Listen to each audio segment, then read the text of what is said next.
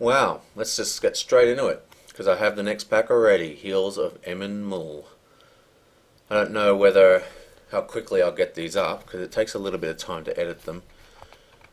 But I'm going to do the crack packing directly after my other one, because I really want to see what's in it. Okay, again, let's see what's here.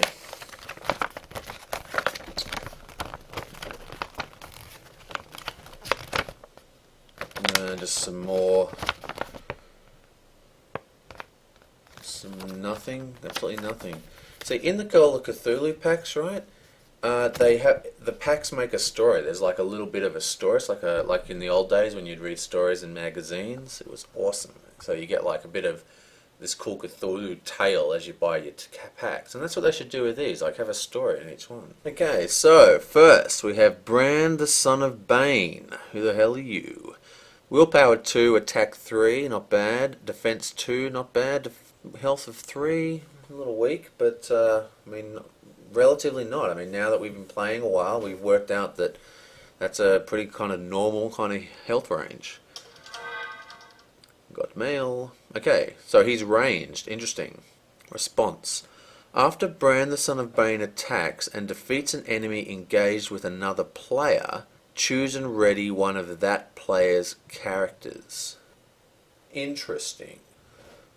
Okay, at a first glance, I mean, his threat's 10. At a first glance, this isn't really filling me with wonder. It is an interesting case. It's tactics. Weird.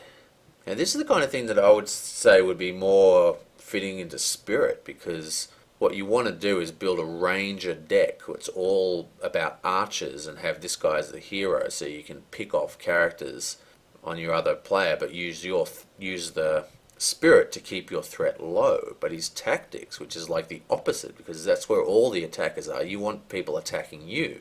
Do you really want to sacrifice a blocker or an attacker when you're one of them? You know, you're pretty much the main deck designed to attack and kill enemies. I don't know. Still, once your partner's wounded them, you can then get extra quest points in. He does have his uses, but he doesn't thrill me. I'm not thrilled with Bran the Son of Bane. Again, this is another one of these cards that really requires the deck building side of the game to shine. This could be great. This could be a fantastic card, but you will need to design a deck that utilizes him correctly. And one of the hardest things I've found about this game is designing the decks, because unlike a normal game, you know, I usually play co-op or solo. And a solo deck and a co-op deck are completely different, and the co-op decks need to synergize. So I actually design both decks at once while together, and same with my friend, like he designed, then we play each other's teams, you know what I mean? We play each other's decks, but when we talk about a deck, we're actually talking about 100 cards. It takes a while to put together a decent deck when you're sort of building two.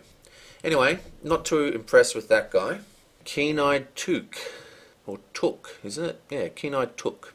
Hobbit. Response. After Keen-Eyed Took enters play, reveal the top card of each player's deck. Action. Return Keen-Eyed Took to your hand to discard the top card of each player's deck. This is an interesting card. I've found that this game does have a lot of what I call dead draws, and that is draws that you can't use. And what's worse about this game is than most games is that a lot of that is because of the resources. Resource management is so hard that you often have cards that you can't play. Luckily, there's no maximum hand sided in this game, so it doesn't really matter if you're drawing them. I don't know. This is interesting. I mean, theoretically, this would be a good card, but at the same time, you know, it doesn't thrill me. It doesn't thrill me. It's like I could just draw that card and just have it sit in my hand and use it as a discard. There's a lot of cards with discard one card to give someone a boost to willpower, defense, or attack. I think I would rather do that with a dead card. But of course, you know, you could play this every single turn, and it's sort of like scrying your deck. We can only play it in the ally phase. Yeah, this card doesn't thrill me. This is like an effect that sounds really awesome, but I mean, for 2 resource, I think you'd rather just like not, you know, draw a dead card and then save those resources for later, you know, and then have the card in your hand. I'm not particularly fond of this one. Okay, an event card. Rear Guard. Quest action. Discard a resource icon ally to give each hero committed to this quest +1 will until the end of phase.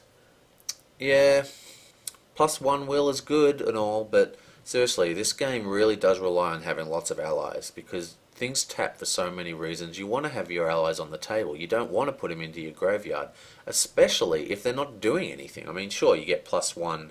So you're casting a card to get rid of 2 cards to get +1. So you're getting rid of a blocker or an attacker to get +1 will. I don't know. Maybe in an emergency, if there's some, like if you're going to complete that quest and you just don't want to, and journey to Ragabast or whatever. Yeah, this card doesn't thrill me. In fact, I think this is not a good card at all. Descendant of Thorondor. Nice. Another eagle. Yes, my eagle deck is coming to fruition. I will build this deck. I swear I will make the eagle deck work. Or, better yet, if I can't make an eagle deck work, I'm going to make a creature deck, because this is also a creature. I just want to make one with that Ragagast guy and just pumping out creatures. It's going to be awesome, I think, if you can get it running. Okay, cannot have restricted attachments. That's fine. I hardly ever play attachments on my allies. I mean, Born Aloft I do, and there's a couple of exceptions, but normally, I don't put attachments on allies because they're too transient. Response. After Descendant of Thorondor enters or leaves play, deal 2 damage to any 1 enemy in the staging area. Wow, this is a pretty powerful card. Enters or leaves play. So he puts 2 damage on enter, 2 damage on leaving, plus he has 2 attack. He does cost 4 though. I think it's a very powerful card. Highly happy with this one. He's not unique either. I think this card's got a lot of utility. Melindor's Flight. Nice graphic. Action. Choose an eagle ally. Return that character to its owner's hand. Okay. I would probably need to do a rule check on this, which I'm not going to bother to do. You can just yell at me in the comments, but I would say that this would not allow you to receive lethal damage and then save that character before the damage is counted, which is my instant reaction to try and do. There was a card in Journey to Rascabel that did something like that, like if you had lethal damage. The Riddermark's Finest. Exhaust and discard Riddermark's Finest to place 2 progress tokens on any location. Well, there's another graveyard ability card, but again, it's not in leadership. I mean, maybe there was a leadership one ages ago that I just forgot about, but still looking for that graveyard play that activates that, what was it called again?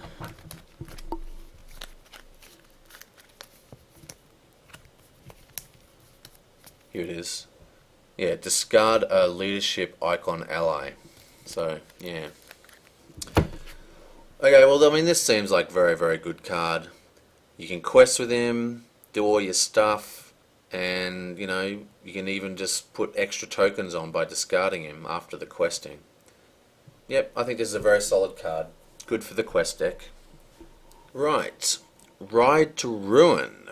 Action. Discard a Rohan ally to choose a location. Place 3 progress tokens on that location. Again, I'm not too fond of discarding allies because you really want them on the table, but that's an interesting card.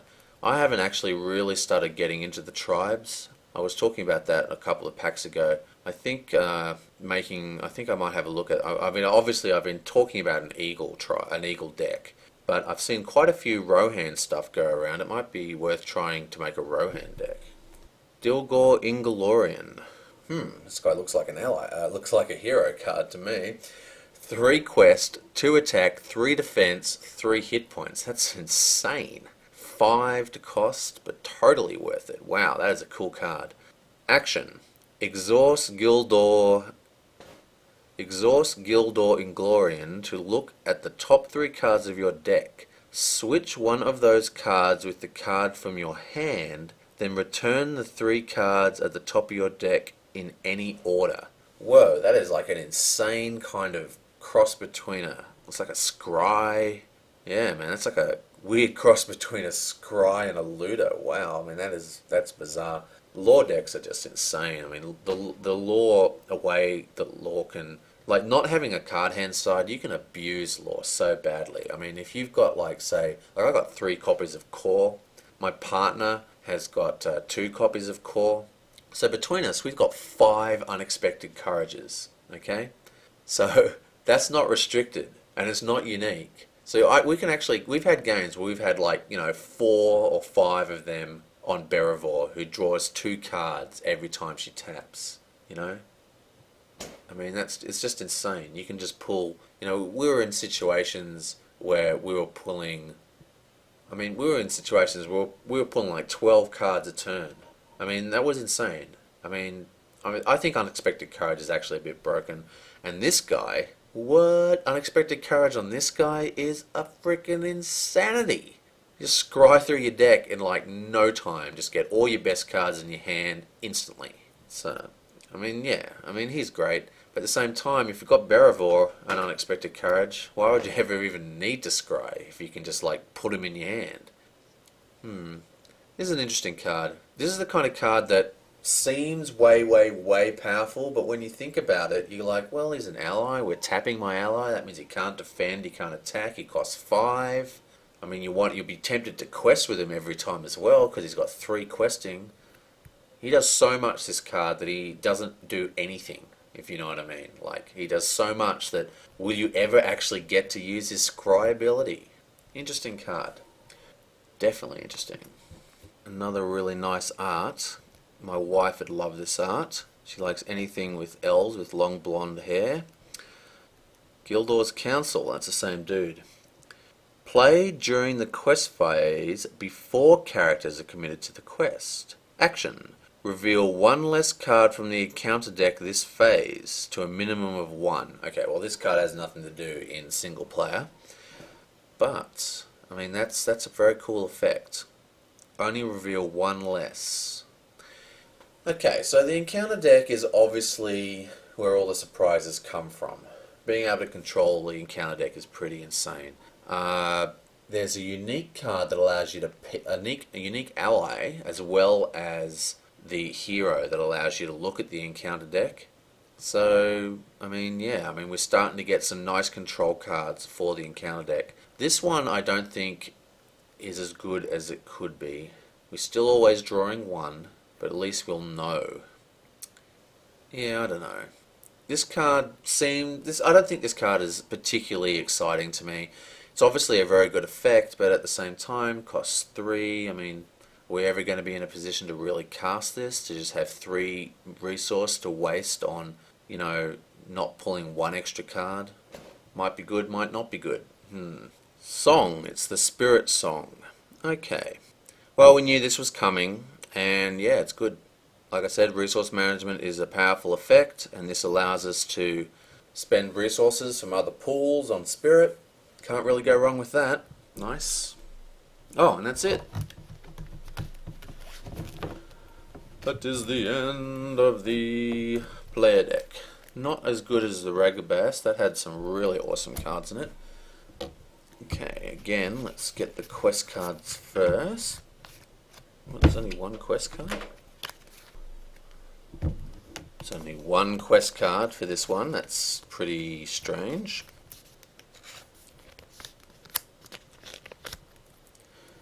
Setup. Search the encounter deck for Emyn Hen and Emyn Law and add them to the staging area, then shuffle the encounter deck. Okay.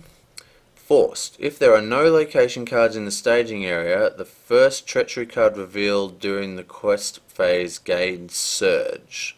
Players cannot defeat this stage unless there are no Emyn Muil locations in play, and they have collected at least 20 victory points.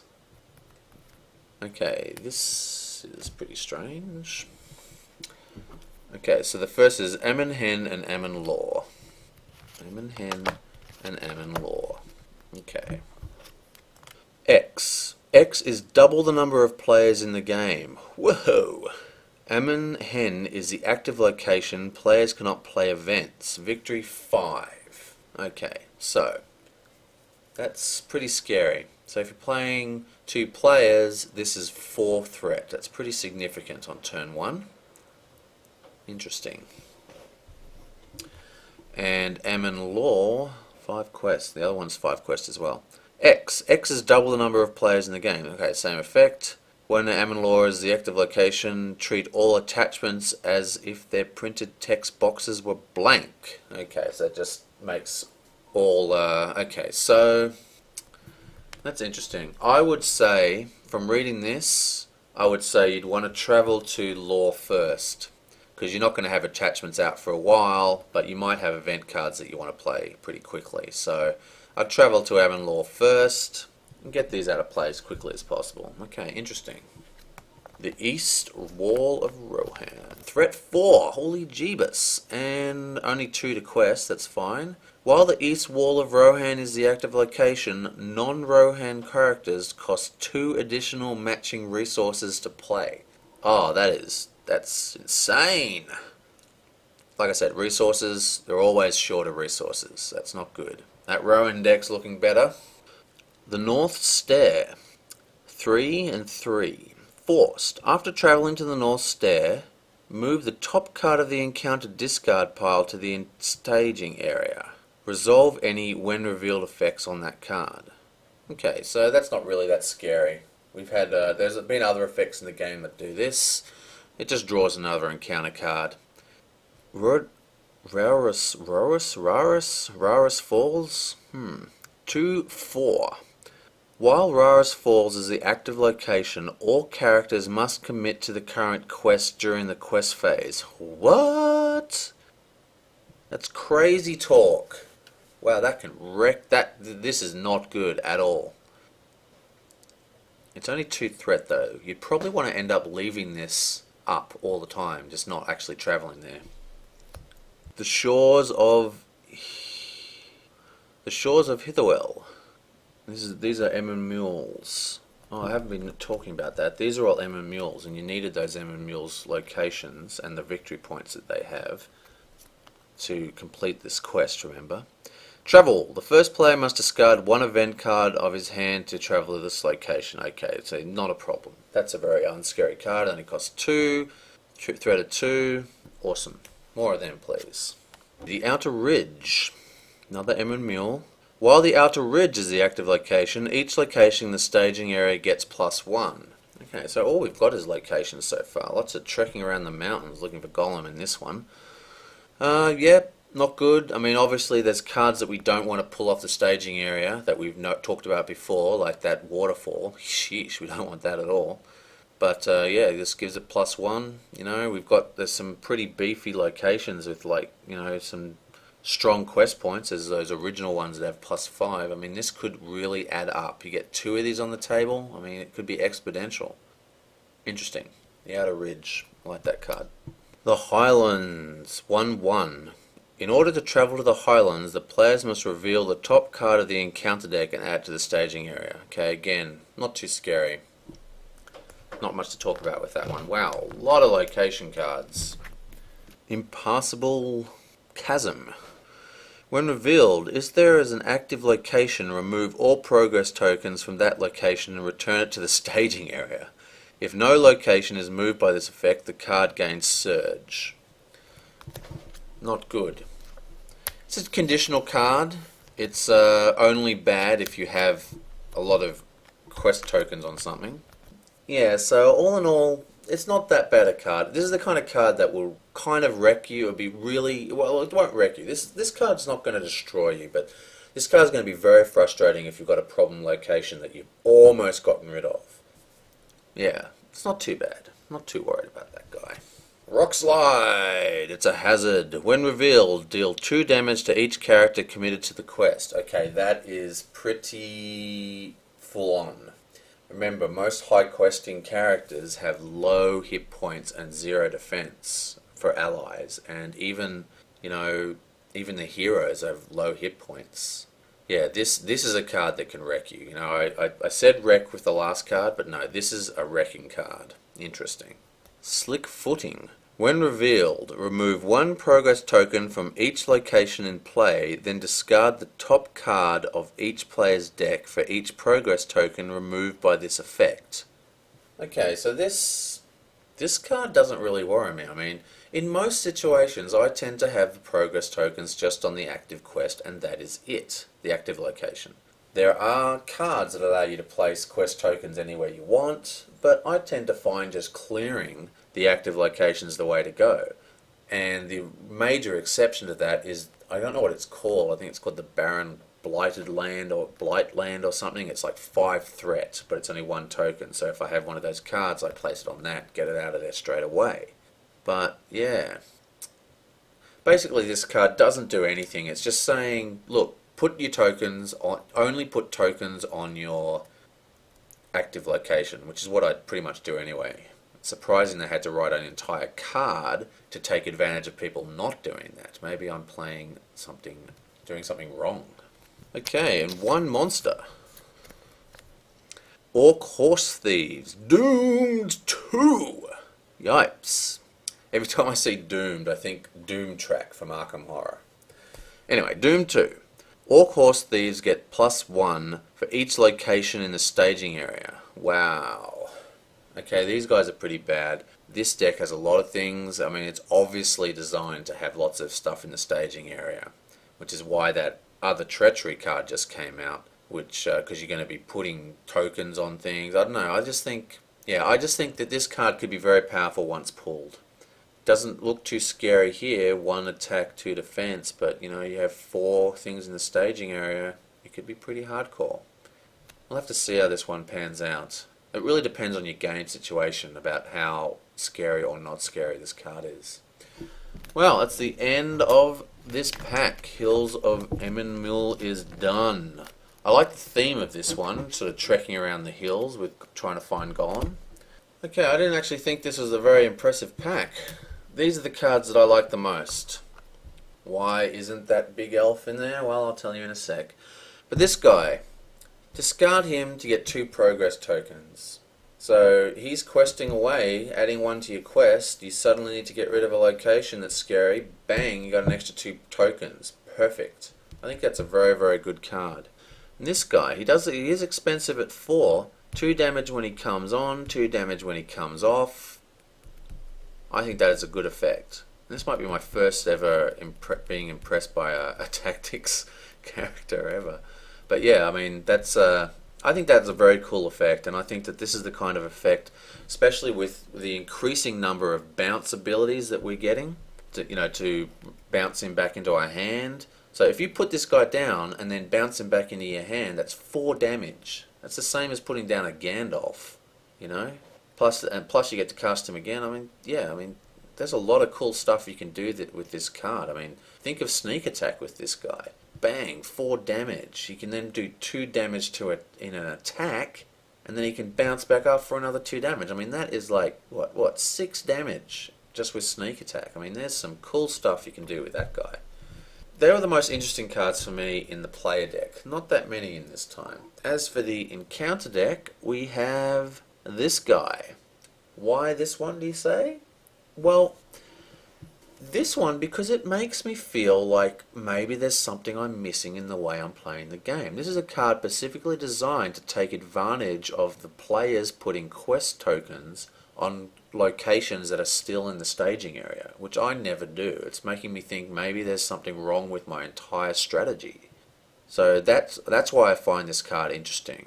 Also because it's obvious that this quest is designed to have lots and lots of locations. So I think this is an interesting card to me because it seems a little weird, you know. I think it's interesting. And favorite art again from the encounter deck is the North Stair. Look at that, freaking awesome. Look at the detail on those rocky steps going up into the who knows where. Love that. That's a really cool drawing. And that is the Hills of Emyn Muil. I've got one more of these videos coming, and that is the Massing of Gileath pack that's on the way.